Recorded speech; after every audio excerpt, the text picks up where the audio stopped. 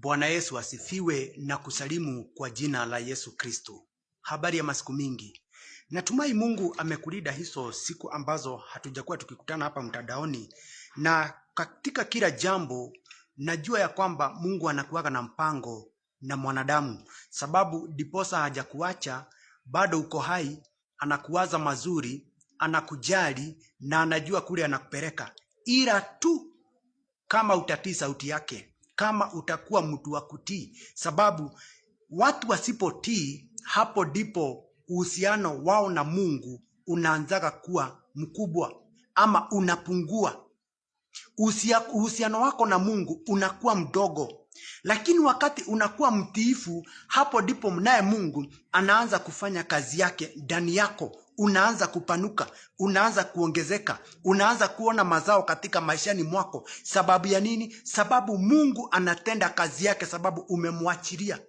Umetengenezeka, umesikia neno lake, ama umesoma ukamfahamu na ukajua vile anataka uishi, ndio ukaweze kubadilika. Na katika hali ya kubadilika, unaanza kuona mapaniko yako katika maisha. Kabla sijaendelea ili tusikie neno la leo, vile Mungu anasema na mioyo yetu, na hebu tuombe. Baba, katika jina la Yesu Kristo, tunakushukuru, tunakuabudu sababu ya wakati huu Baba ambapo unataka tusikie neno lako. Jina lako litukuzwe sababu wewe ni Bwana. Naomba neno lako likapata nafasi ndani ya maisha ya wote ambao watakaosikia hili, na wale pia watakaotazama Baba, wakaweze kubadilika, wakakae kulingana na mapenzi yako, ili Baba ukaweze kujitukuza katika maishani mwao. Katika jina la Yesu Kristo tunaomba na kuamini, na kila mmoja aseme amen. Basi wewe unayetutazama, na kukaribisha sana katika jina la Yesu Kristo. Neno la siku ya leo linatunenea hali ya kubadilika ama change, hali ya kubadilika katika maishani mwako. Sababu katika hali ya maishani mwako, yule anayeweza kubadilisha ni Mungu. Hakuna mtu anayeweza kukubadilisha isipokuwa Mungu mwenyewe. Unapojiachilia kwa Mungu, anabadilisha maisha yako, analeta mabadiliko, sababu katika Mungu ama kwa Mungu kuna kila kitu. Mungu ndiye mwenye uwezo.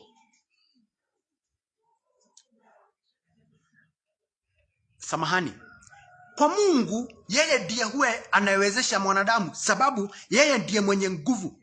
Yeye ndiye mwenye kuwezesha mwanadamu ndio akaweze kufaulu, kuweza kunawiri katika maishani mwake. Ndio tukaweze kusikia vile neno linavyosema. Hebu tusome katika kitabu ni cha Isaia sura ya 59 kuanzia hapo mstari wa kwanza. Inasema hivi: tazama, mkono wa Bwana haukupunguka hata usiweze kuokoa, wala sikio lake si nzito hata lisiweze kusikia. Hapa akinena, anajaribu kusema ya kwamba Mungu anakuwaga na uwezo wa kila jambo. Mungu huwa anasikia kile tunachosema wakati tunanena na yeye, wakati tunaongea na yeye, huwa anasikia. Jambo la pili, inasema ya kwamba mkono wake sio mfupi, ama kwa Kiingereza inasema ya kwamba the Lord's hand is not shortened. Mkono wa Bwana sio mfupi usiweze kukuokoa, usiweze kukunasua katika yale unayopitia. Mkono wa Bwana uko na uwezo, ama anajaribu kumaanisha kwamba Mungu ako na uwezo wa kusababisha mambo mazuri yafike kwako. Ako na uwezo wa kubadilisha maisha yako. Ako na uwezo wa kukuelekeza katika hatua nyingine yenye hujaifikiria na akili zako, sababu yeye ndiye mwenye muweza. Wakati ulitoka juu mbinguni, ulitoka ukiwa na lengo fulani.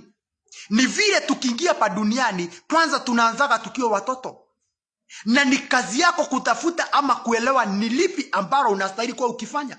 Sababu wakati mtu ameajiriwa kwa kampuni ama katika ile kazi unaamka kila asubuhi kwenda kufanya, huwa unajua naamuka kwenda kufanya 1, 2, 3, sababu unafahamu ni nini, ni kipi kilichokupeleka katika ile kampuni.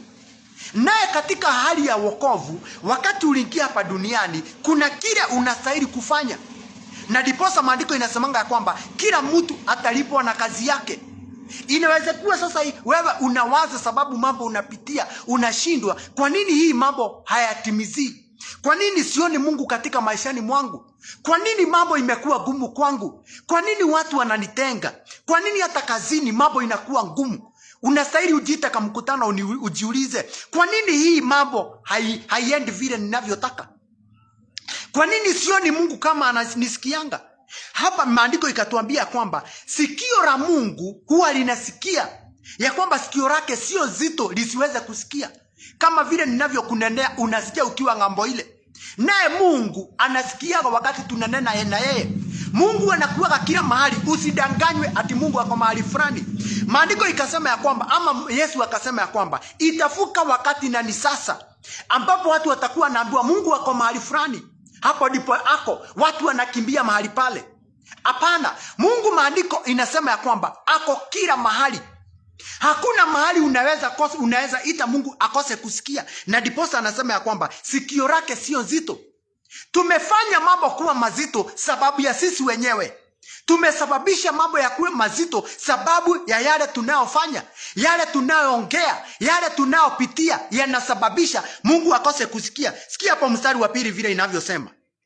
Nasema hivi, lakini hapo ndipo the key thing is katika maishani mwako, na ndiposa Mungu ananituma kwako. Inasema hivi ya kwamba lakini maovu yenu yamewafirikisha ninyi na Mungu wenu, na dhambi zenu zimeufisha uso wake, msione hata hataki kusikia. Kwa Kiingereza inasema hivi ya kwamba but your iniquities have separated you from your God, your sins have hidden his face from you so that he will not hear. Kwa nini Mungu asikii dhambi zako?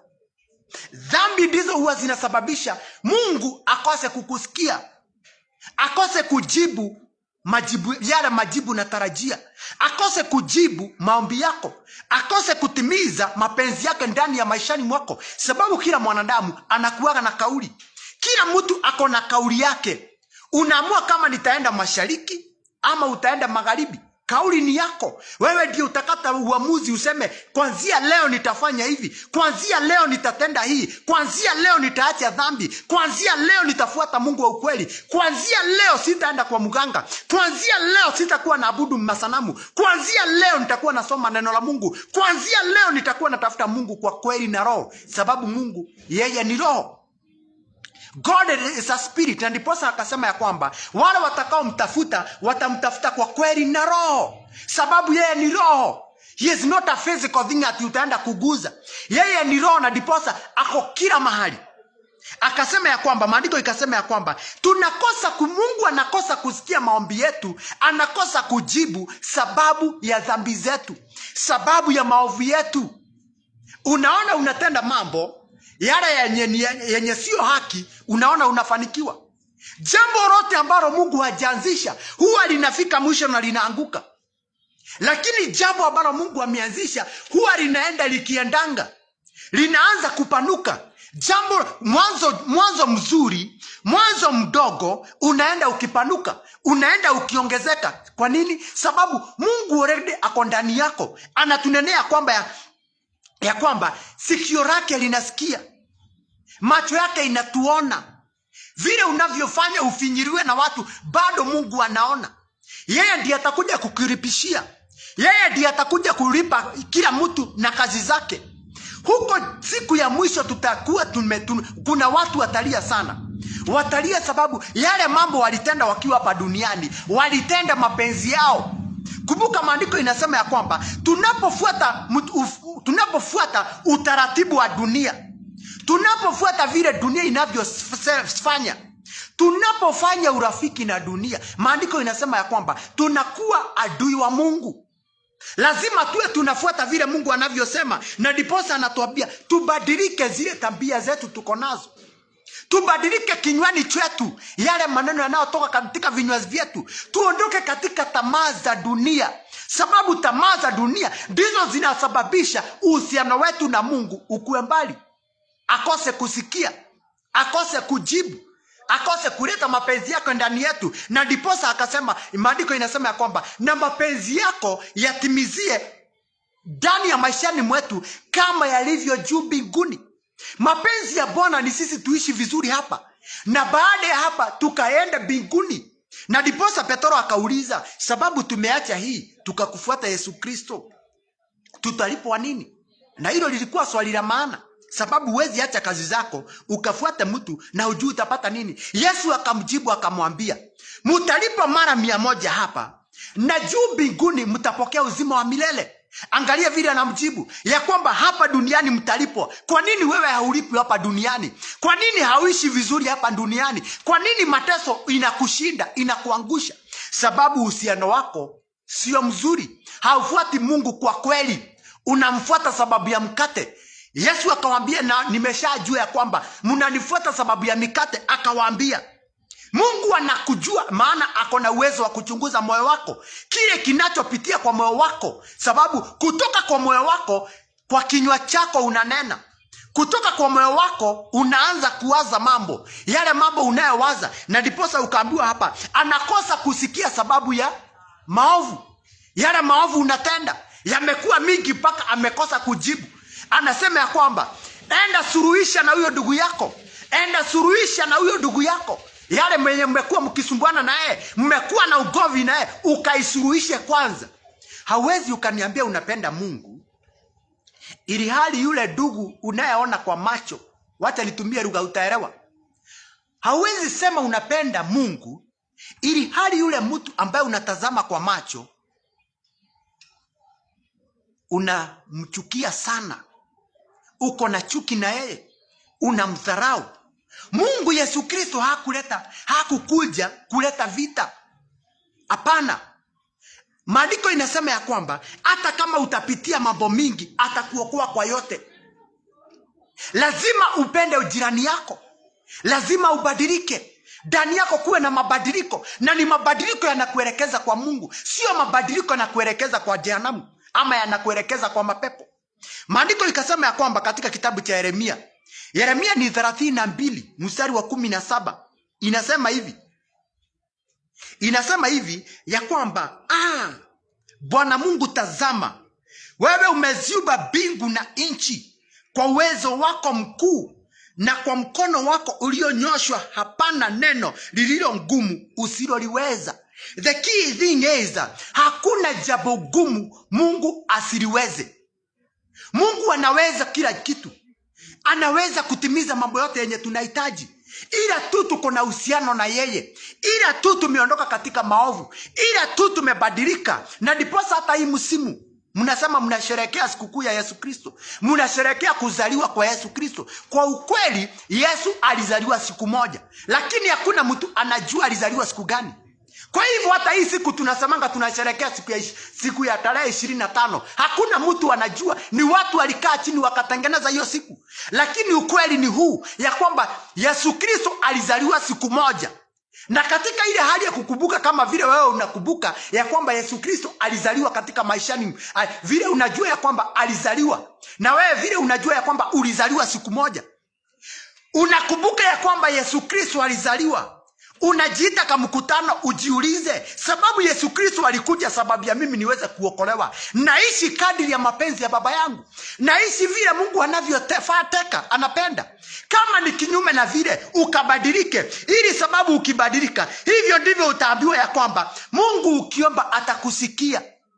Mungu akikutazama kwa macho atakuona na atakujibu. Mungu atatimiza mapenzi yake ndani ya maishani mwako, ila tu kama umebadilika. Ondoa chuki katikati yako na wale ambao unaishi na wao. Ondoa ugomvi katikati yako na wale unaishi na wao, sababu maandiko inasema, sheria kubwa nambari ya 2 inasema ya kwamba penda jirani yako kama jinsi ujipendavyo. Hauwezi ukakuwa na ugomvi na ndugu yako kama unampenda. Lazima umpende. Ondoa madharau, ondoa chuki, ondoa fanaka, ondoa hayo mambo ambayo haipendezi Mungu, sababu ukikosea roho anaweza akaondoka ndani yako, na akiondoka utabaki na zile ndimi za ukawaida, wale ambao huwa ananena na ndimi. Na mimi kuna kitu wanajiuliza sana.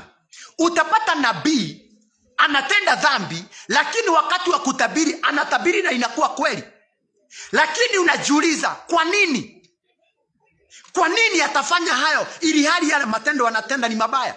Hilo jibu ni Mungu mwenyewe anajua, na atakuja kulipa mtu kadiri ya mapenzi, kadiri ya makazi zile alizotenda akiwa hapa duniani. Neno la siku ya leo linasema tubadilike, tukaondoke kwa dhambi, tukabadilike, tukaishi kadiri ya mapenzi ya Bwana, tukaishi vile neno la Bwana linavyosema, ndio siku ya mwisho tukaweze kulipwa uzima wa milele. Na hapa duniani bado tutalipwa kile ambacho Mungu ametuahidi. Unapofanya hayo, mimi jambo huwa nakuhakikisha ni hili: hawezi ukawa unafuata Mungu naye Mungu ukose kumuona. Utamuona katika maishani mwako. Maisha yako yatabadilika. Maisha yako yatakuwa na ukuu. Watu watakuwa na kuangalia, nasema kwa hakika huyu ako na Mungu ndani yake. Kwa nini? Sababu wakikuangalia wanaona maisha yako yanaenda ya kinawiri. Hata kama utapitia mambo inakaa namna gani, wewe unayenitazama, bado ngojea Mungu. Weka tumaini lako kwa Bwana, ukamgojee, ukamtazamie, na yeye kwa hakika atakuletea yale ambayo yanafaa katika maishani mwako. Ayubu akapoteza, lakini akashikilia imani yake kwa Mungu, naye Mungu akamlipa maradufu. Hata kama umepoteza, Mungu ndiye atakaye kulipa. Yeye ndiye atakayeleta kile kilipotea kikiwa maradufu. Mungu ni mwaminifu. Mungu si kama mwanadamu andanganye. Na leo anasema ya kwamba badilika wewe mtoto wake. Anasema ubadilike. Badilika, uondoke kwa dhambi, ondoka kwa maovu, ndio akaweze kutenda mapenzi yake ndani ya maisha yako. Unapofanya hivyo, na kukuhakikishia kwamba Mungu ataonekana kwako, ataleta ukuu wake. Na hivyo umesikia kwamba sikio lake si ati haliwezi likasikia, ukiomba atakusikia. Hata yeye mkono wake utakuokoa. Iwe utakuwa umepitia magumu namna gani, yeye atafungua mlango na utaondokea hayo.